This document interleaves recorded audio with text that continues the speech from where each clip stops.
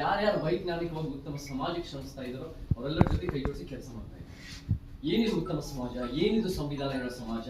ನಮ್ಮ ವ್ಯಾಖ್ಯಾನದ ಪ್ರಕಾರ ಅದು ಒಂದು ಸಮ ಸಮಾಜ.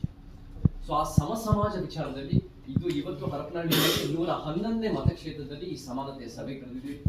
ನೀವೆಲ್ಲರೂ ಬಂದಿದ್ದಕ್ಕೆ ಧನ್ಯವಾದಗಳು. ನೀವೆಲ್ಲ ಯಾರ್ಯಾರನ್ನು ಕರಿತಾ ಇದೀವಿ ಅಂದ್ರೆ ಯಾರು ನಿಸ್ವಾರ್ಥವಾಗಿ ಒಂದು ಸಮ ಸಮಾಜಕ್ಕೆ ಅವರ ಒಂದು ಕೊಡುಗೆ ಕೊಟ್ಟಿದ್ದಾರೆ, ಅವರ ಕ್ಷೇತ್ರದಲ್ಲಿ ಉತ್ತಮವಾದ ಕೆಲಸಗಳು ಮಾಡಿದ್ದಾರೆ. ಸೊ ನೀವೆಲ್ಲ ಆ ರೀತಿ ಮಾಡ್ಕೊಂಡು ಬಂದಿದ್ದೀರಾ. ನಿಮ್ಮ ಸಲಹೆ ಸೂಚನೆಗಳ ಜೊತೆ ನಾವ್ ಹೆಂಗೆ ಈ ಒಂದು ಚಳವಳಿಯನ್ನು ಮುಂದುವರಿಸಬಹುದು ಅನ್ನೋ ಕಾರಣ ನಿಮ್ಮನ್ನು ಕರೆಸಿದ್ದೀವಿ. ನಾನು ಇವತ್ತು ಈ ಒಂದು ಸಭೆಯಲ್ಲಿ ಒಂದು ಸಮ ಸಮಾಜದ ಪರಿಕಲ್ಪನೆಯ ಕಾನ್ಸೆಪ್ಟ್ ನಿಮ್ಮ ಮುಂದೆ ಇಡಕ್ಕೆ ಈ ಕಾನ್ಸೆಪ್ಟ್ ಇಟ್ಟಾದ್ಮೇಲೆ ಒಂದು 25 ನಿಮಿಷ ನೀವು ತಾಳ್ಮೆಯಿಂದ ಕೇಳಿ, ನೀವು ಫೋನ್ ಸೈಲೆಂಟ್ ಹಾಕಿ ಕೇಳಿದ್ರೆ ಅದರ ನಂತರ ನಾವು ಸಂವಾದ ಮಾಡಿ ಹರಪನಹಳ್ಳಿ ಆಗಿರ್ಬೋದು, ದಾವಣಗೆರೆ ಜಿಲ್ಲೆ ಆಗಿರ್ಬೋದು, ನಾವ್ ಹೆಂಗೆ ಈ ಒಂದು ಸಮ ಸಮಾಜದ ಪರಿಕಲ್ಪನೆ ನಿಮ್ಗೆ ಸರಿ ಅನ್ಸಿದ್ರೆ ಅದನ್ನ ಮುಂದೆ ತಗೊಂಡು ಹೋಗ್ಬೋದು. ಸೊ ನಿಮ್ಮ ಪ್ರತಿಕ್ರಿಯೆ, ನಿಮ್ಮ ಅನುಭವದ ಮಾತು, ನಿಮ್ಮ ಸಲಹೆ ಸೂಚನೆಗಳು ಮತ್ತೆ ನಿಮ್ಮ ಯಾವ್ದಾದ್ರು ಪ್ರಶ್ನೆಗಳಿದ್ರೆ ಅದನ್ನ ಇಟ್ಕೊಂಡು ನಾವು ಮುಂದುವರಿಸ್ಬೋದು. ಸೊ ಇವಾಗ ನಾನು ನಿಮ್ಮ ಮುಂದೆ ಏನ್ ಪ್ರಸ್ತಾಪ ಮಾಡ್ತೀನಿ ಅಂದ್ರೆ ಸಮ ಸಮಾಜದ ಪರಿಕಲ್ಪನೆ. ಮೊದಲನೇದಾಗಿ ನಾನು ನಿಮಗೆ ಮುಂದೆ ಇಡೋದು ಕರ್ನಾಟಕ ಮತ್ತು ಭಾರತಕ್ಕೆ ಪರ್ಯಾಯ ರಾಜಕಾರಣ, ಪರ್ಯಾಯ ಆಲೋಚನೆಗಳು, ಪರ್ಯಾಯ ಚಿಂತನೆಗಳು, ಪರ್ಯಾಯ ಚರ್ಚೆಗಳು ಬಂದಷ್ಟು ಪ್ರಜಾಪ್ರಭುತ್ವ ಗಟ್ಟಿಯಾಗುತ್ತೆ. ಪ್ರಜಾಪ್ರಭುತ್ವ ಗಟ್ಟಿಯಾದ್ರೆ ಒಂದು ಉತ್ತಮ ಸಮಾಜ, ಒಂದು ಸಮ ಸಮಾಜ, ಒಂದು ಮುಂದಿನ ತಲೆಮಾರುಗಳಿಗೆ ನಾವು ಕಾರ್ಯರೂಪಕ್ಕೆ ತರಕ್ಕೆ ಸಾಧ್ಯ ಆಗುತ್ತೆ. ನಾವೆಲ್ಲ ಬದಲಾವಣೆ ಮತ್ತೆ ಪರಿವರ್ತನೆ ಬಯಸುವಾಗಿರೋದ್ರಿಂದ ನಾವು ಬಹಳ ಮುಖ್ಯವಾಗಿ ಮೊದಲನೇದಾಗಿ ನಮ್ಮ ಶತ್ರುನ ಗುರುತಿಸಬೇಕು. ನಮ್ಮ ಶತ್ರು ಯಾವ ಜಾತಿಯವರಲ್ಲ, ಯಾವ ಧರ್ಮದವರಲ್ಲ, ಯಾವ ಭಾಷಿಕರಲ್ಲ. ನಮ್ಮ ಶತ್ರು ಅಸಮಾನತೆ ಮತ್ತು ಅನ್ಯಾಯದಲ್ಲಿ ಕೂಡಿರೋ ಈ ವ್ಯವಸ್ಥೆ.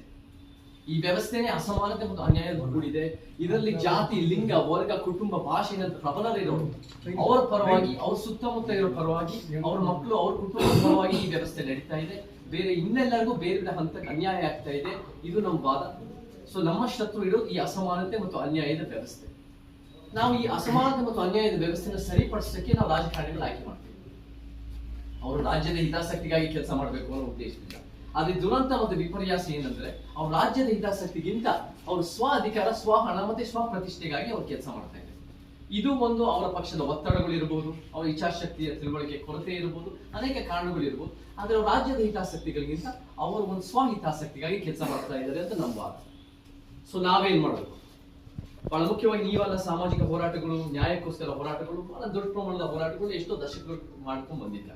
ಇವತ್ತು ನಾವು ಮಾಡ್ಬೇಕಾಗಿರೋದು ಪೊಲಿಟಿಕಲ್ ಆಕ್ಟಿವಿಸಂ, ರಾಜಕೀಯ ಸ್ಥಾಪಿತ ಹಿತಾಸಕ್ತಿಗಳ ವಿರುದ್ಧ ನಮ್ಮ ಹೋರಾಟ. ಸೊ ಪೊಲಿಟಿಕಲ್ ಆಕ್ಟಿವಿಸಂ ಮಾಡೋದು ಬಹಳ ಮುಖ್ಯ.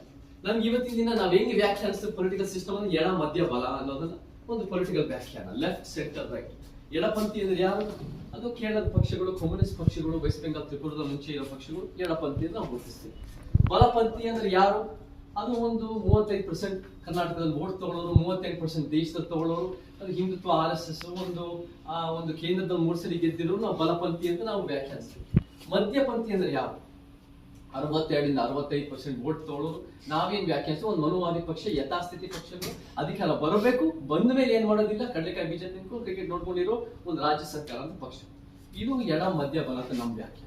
ನಾವ್ಯಾರು? ಬಹಳ ಮುಖ್ಯವಾದ ಸ್ಥಾಯಿ ನಮ್ಮ ಸಿದ್ಧಾಂತ. ನಮ್ಮ ಸಿದ್ಧಾಂತ ಸಮಾನತೆ, ನ್ಯಾಯ, ವೈಚಾರಿಕತೆ ಮತ್ತು ಸಂವಿಧಾನದ ಪೀಠಿಕೆ. ಇವತ್ತು ನಾವು ಒಂದು ಸಮ ಸಮಾಜ ಕಟ್ಟಬೇಕು ಅಂದ್ರೆ ನಾವೆಲ್ಲ ಸಮಾನತೆಯನ್ನು ಸಂವಿಧಾನದಲ್ಲಿ ಪೀಠಿಕೆನಲ್ಲಿದೆ. ನಮ್ಮ ಬಸವರಾಜ್ ಅವರು ಹೇಳಿರ್ತಕ್ಕ ಆರ್ಟಿಕಲ್ 14. ನಾವೆಲ್ಲ ಬೇರೆ ಬೇರೆ ಜಾತಿಗಳು ಹುಟ್ಟಿದೀವಿ, ಯಾವ್ದು ನಮ್ಮ ಆಯ್ಕೆ ಅಲ್ಲ.